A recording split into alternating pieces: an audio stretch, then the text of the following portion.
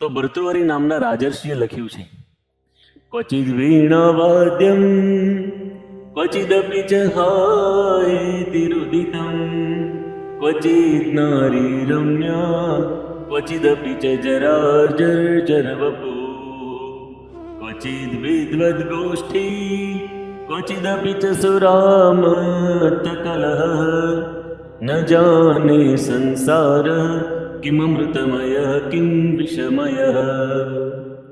આ સંસાર કેવો છે એની વાત કરી. બે પ્રકારના દૃશ્યો આપણને બધાને આ દુનિયામાં દેખાય છે. પહેલું દૃશ્ય ક્વચિત વીણા વાદ્યમ, ક્યાંક સંગીતના સુરો રેલાઈ રહ્યા છે.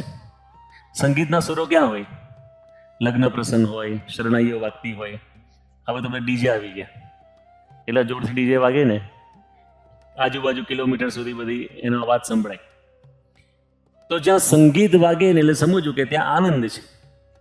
એવરી વન એન્જોયસ, બધા આનંદ લઈ રહ્યા છે. તો બીજી બાજુ તમે જુઓ તો હા હેતી રુદિતમ, એટલે કે હાય હોયના રુદન પણ સંભળાય છે. હાય હોયના રુદન ક્યાં હોય? જ્યાં કોકનું મૃત્યુ થયું હોય, અથવા તો કોકને જીવનમાં બીમારી આવી હોય, કોઈ માણસ દુઃખી હોય, તે રડતો હોય, એટલે ક્વચિત અપિ ચ હા હેતી રુદિતમ. એક બાજુ આનંદ છે, એક બાજુ આક્રંદ છે. પછી લખે છે કે ક્વચિત નારી રમ્યા ક્વચિત અપિ ચ જરા જર્જર વપુ. એનો મતલબ, એનો અર્થ એમ છે કે ક્યાંક માણસો ને ખૂબ જ સુખ છે, મોટા બંગલામાં રહે છે, સારામાં સારી ગાડીઓમાં ફરે છે, એમની પાસે જે જોઈએ બધું જ છે. પરંતુ બીજી બાજુ આપણે જોઈએ છીએ તો ગરીબીની રેખા નીચે જીવનારા માણસો પણ છે, જેને રહેવા ઘર નથી, ખાવા માટે કાંઈ નથી, એવા પણ ઘણા બધા છે. તો બે પ્રકારના દૃશ્યો દેખાય છે આપણને. એક બાજુ અતિશય સુખ છે, એક બાજુ અતિશય દુઃખ છે. હવે ત્રીજું દૃશ્યની વાત કરે છે, ક્વચિદ વિદ્વદ ગોષ્ઠી ક્વચિદ અપિ ચ કલામત્ત સુરામત્ત કલહ. ક્યાંક આવી સત્સંગ સભાઓ ચાલી રહી હશે દુનિયામાં, દરેક જગ્યાએ કથા વાર્તા, જ્યાં માણસોને એ ભગવાનનો સત્સંગનો દિવ્ય આનંદ મળતો હશે. અને બીજી બાજુ એવું પણ દેખાય છે લોકો દારૂ પીને ઘરમાં ઝઘડાઈ કરતા હશે.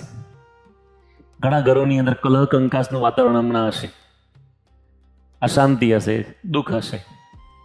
તો એક બાજુ આવો દિવ્ય આનંદ પણ છે, અને એક બાજુ આક્રંદ દુઃખ પણ છે. આવું આપણને દુનિયામાં દેખાય છે. એટલે ભર્તૃહરિ એમ કહે છે કે ન જાને સંસાર કિમ અમૃતમય કિમ વિષમય. એટલે કે મને ખબર પડતી નથી કે આ જગત અમૃતમય છે કે વિષમય છે. Is this life made of nectar or poison? આ દુનિયા ખરેખર વિષરૂપ છે કે અમૃતરૂપ છે? ખબર પડતી નથી. એનું કારણ શું છે કે દુનિયામાં આ બધું અલગ અલગ ચાલતું જ રહેવાનું. એટલા માટે કવિ એમ લખ્યું છે કે આ દુનિયા કેવી છે, તો જ્યાં દુશ્મનો આપણને જીવવા નથી દેતા અને મિત્રો મરવા નથી દેતા. દુશ્મનો જીવવા નથી દેતા અને મિત્રો મરવા નથી દેતા, એવી દુનિયા છે. જ્યાં દુર્જનો જીતવા નથી દેતા અને સજ્જનો આપણને હારવા નથી દેતા. જ્યાં આપણા સ્વભાવ આપણને તરવા નથી દેતા પણ સદવિચારો ડૂબવા નથી દેતા. જ્યાં શૈતાન આપણને હસવા નથી દેતા અને ભગવાન આપણને રડવા નથી દેતા. આ દુનિયાના અલગ અલગ દૃશ્યો આપણને દેખાય છે.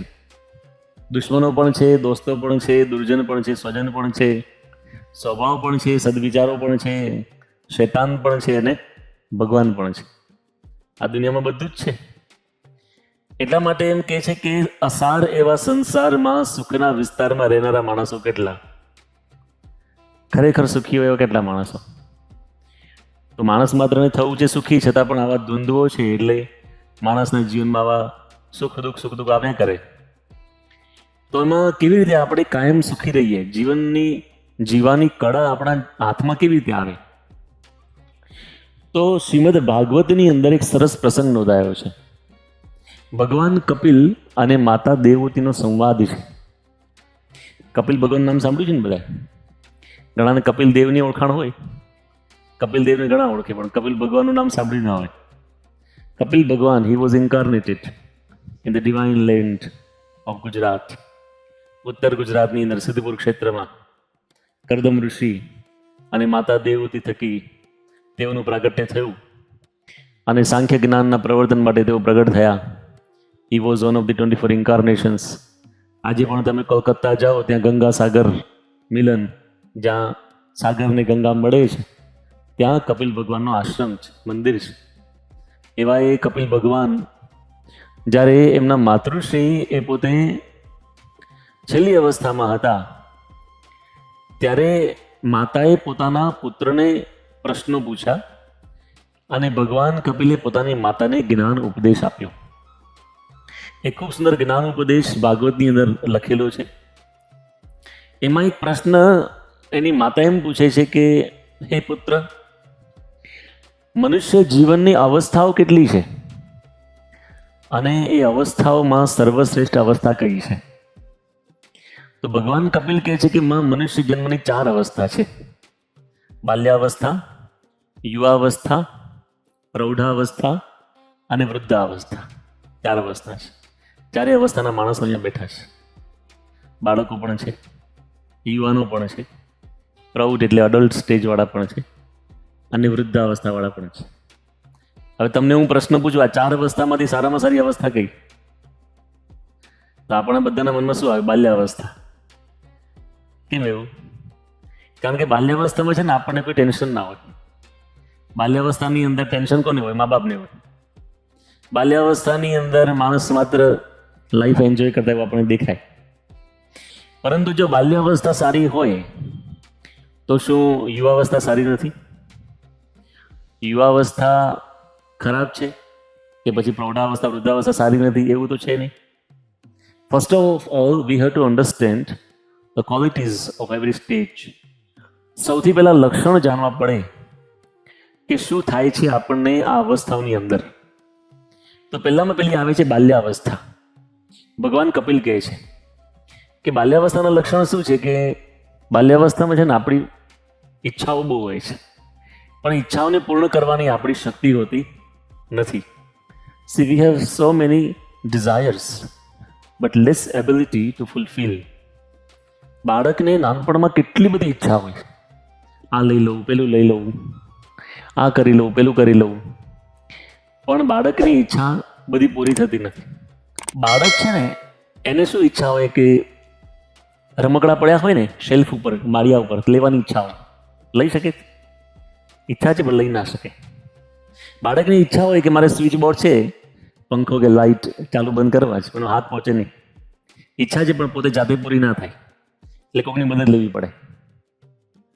બાળક માત્ર ને ઈચ્છાઓ એટલી બધી હોય, ઘણી અભિવ્યક્ત જ ના થાય, કારણ કે અભિવ્યક્ત કરવાની શક્તિ ના હોય. આપણે બધા નાના હતા, બાળક હતા, ત્યારે આપણા મનમાં એક ઈચ્છા હતી કે જલ્દી ડ્રાઇવિંગ શીખી લઈએ. પણ શીખાય? કદાચ શીખી જાઓ તમે તો લાઇસન્સ મળે. જો ઈચ્છા છે પણ પૂરી ના થાય. આપણે બધા બાળક હતા ત્યારે આપણી ઈચ્છા હતી જલ્દી મોટા થઈ જઈએ.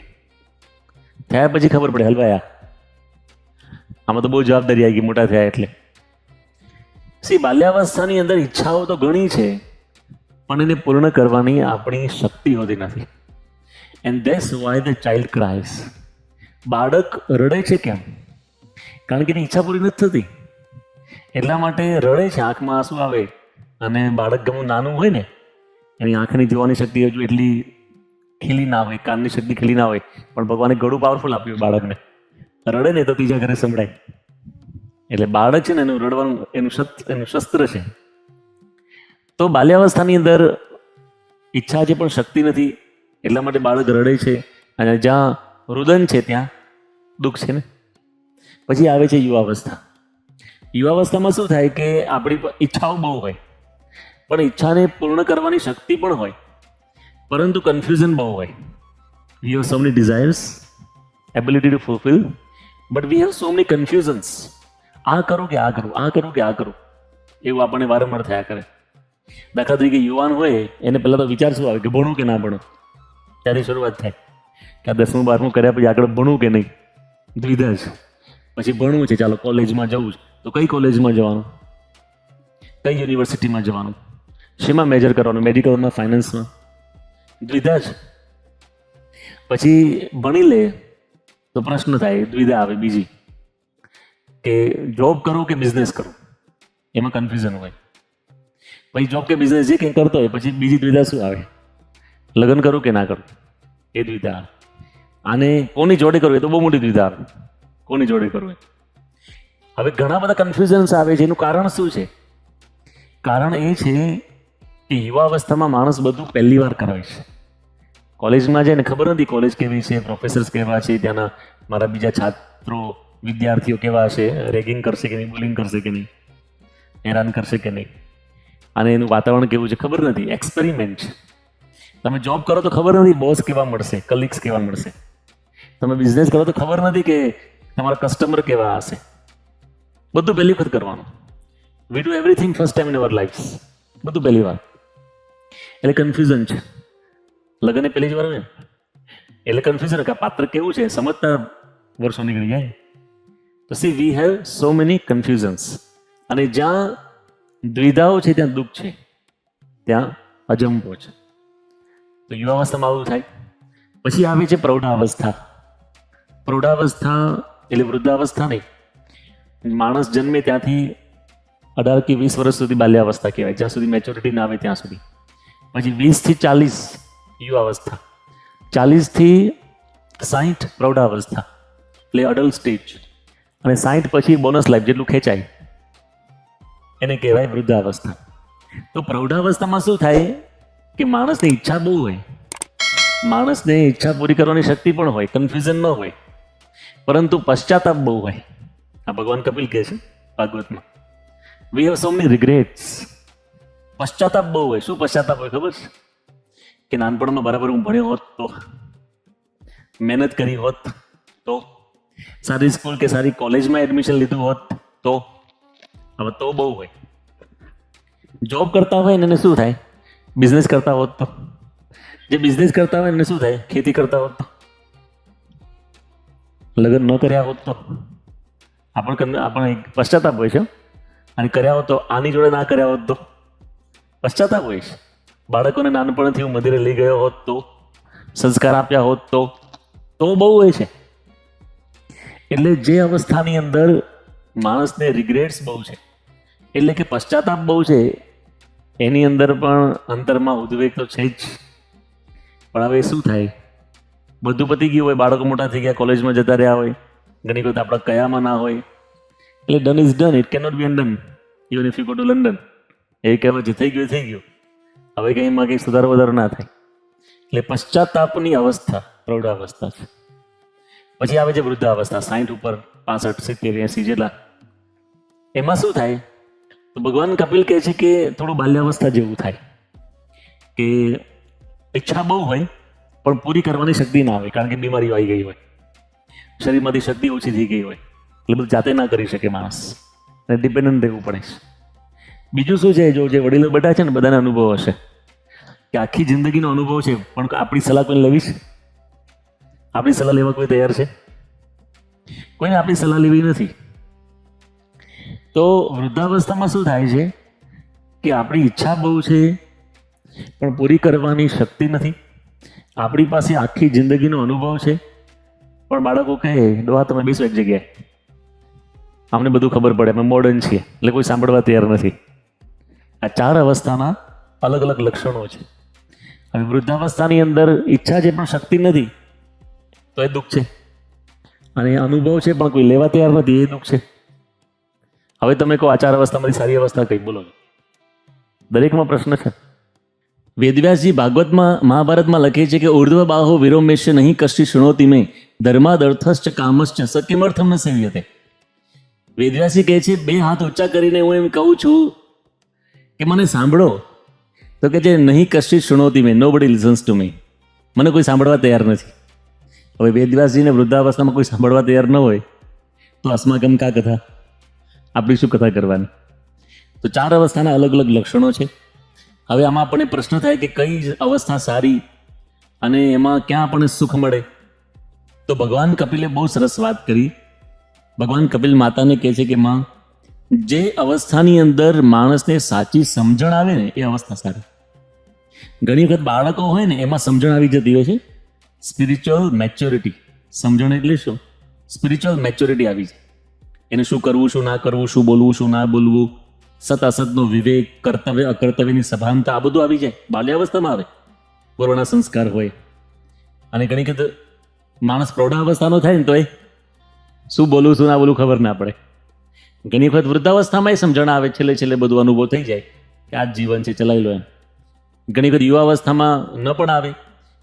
એટલે કોઈ પણ અવસ્થામાં જ્યારે આપણને સાચી સમજણ આવે ને તો સમજવું કે હવે સુખના દિવસો શરૂ થયા. જ્યાં સુધી સમજણ ના આવે ને ત્યાં સુધી માણસ દુઃખી. એટલા માટે નિષ્કુળાન સાંઈ લખ્યું કે સખી સમજણમાં ઘણું સુખ છે. સખી સમજણમાં ઘણું સુખ છે. સમજણ જીવનમાં આવે ને એ માણસ કાયમ સુખી હોય. એને જગતના દ્વંદ્વો ડિસ્ટર્બ ના કરી શકે.